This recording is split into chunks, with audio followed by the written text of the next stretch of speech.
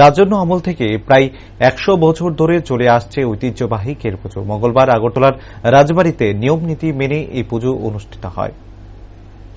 প্রতিটি জনজাতির মধ্যে ভিন্ন ভিন্ন রীতিনীতি প্রচলিত রয়েছে। তারা বিশ্বাস এবং যুক্তি দিয়ে বছরের পর বছর সেগুলিকে পালন করে আসেন। সেরকমই রাজ্যের একটি ঐতিহ্যবাহী উৎসব কের পুজো।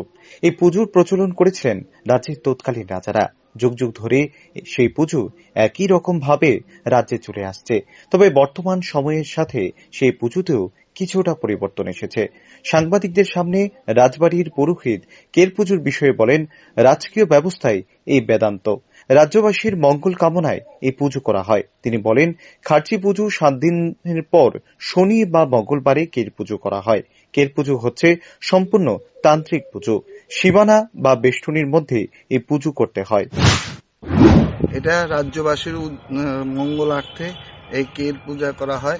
খার্চি পূজার ঠিক 7 দিন পরে, শেষে 7 দিন পরে শনি মঙ্গলবার করতে হয়। যদি শনি মঙ্গলবার দশমী পরে তো এটা পিছানো হয়, পিছিয়ে পরের মঙ্গলবার বা শনিবার যেটা পড়বে ওটার মধ্যে। কের হচ্ছে একটা সম্পূর্ণ তান্ত্রিক পূজা।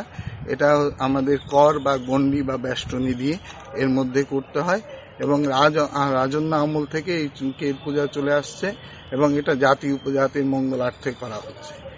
এবং কের পূজা হচ্ছে আগেও যেমন রাজন্য আমলে হতো, ঠিক এখনো সরকার বাহাদুর সেভাবেই করছে। হরমা হরিমা বাণী কুমার গণ বাবদি খাবদি গঙ্গা শিঘিং কাম রূপা হিমদৃষ্ট জয় জয় চতুর্দশ দিন। এই পূজা প্রায় 100 বছরের বেশি পুরনো হবে। কের কথার অর্থ সীমানা বা গণ্ডি। আগে এই কের পুজো আগরতলার উজ্জয়ন্ত প্রাসাদ ও আগরতলার পুরাতন হাভেলিতে অনেকটা জায়গা জুড়ে হতো। এখন কালের বিবর্তনে কের পূজার গণ্ডি অনেকটাই কমিয়ে আনা হয়েছে। বুধবার ভোর 5টায় ছাড়বে কের। এই পুজো চলাকালীন নির্ধারিত এলাকায় জনগণের প্রবেশ নিষিদ্ধ থাকে। Bureau report, rising Tripura.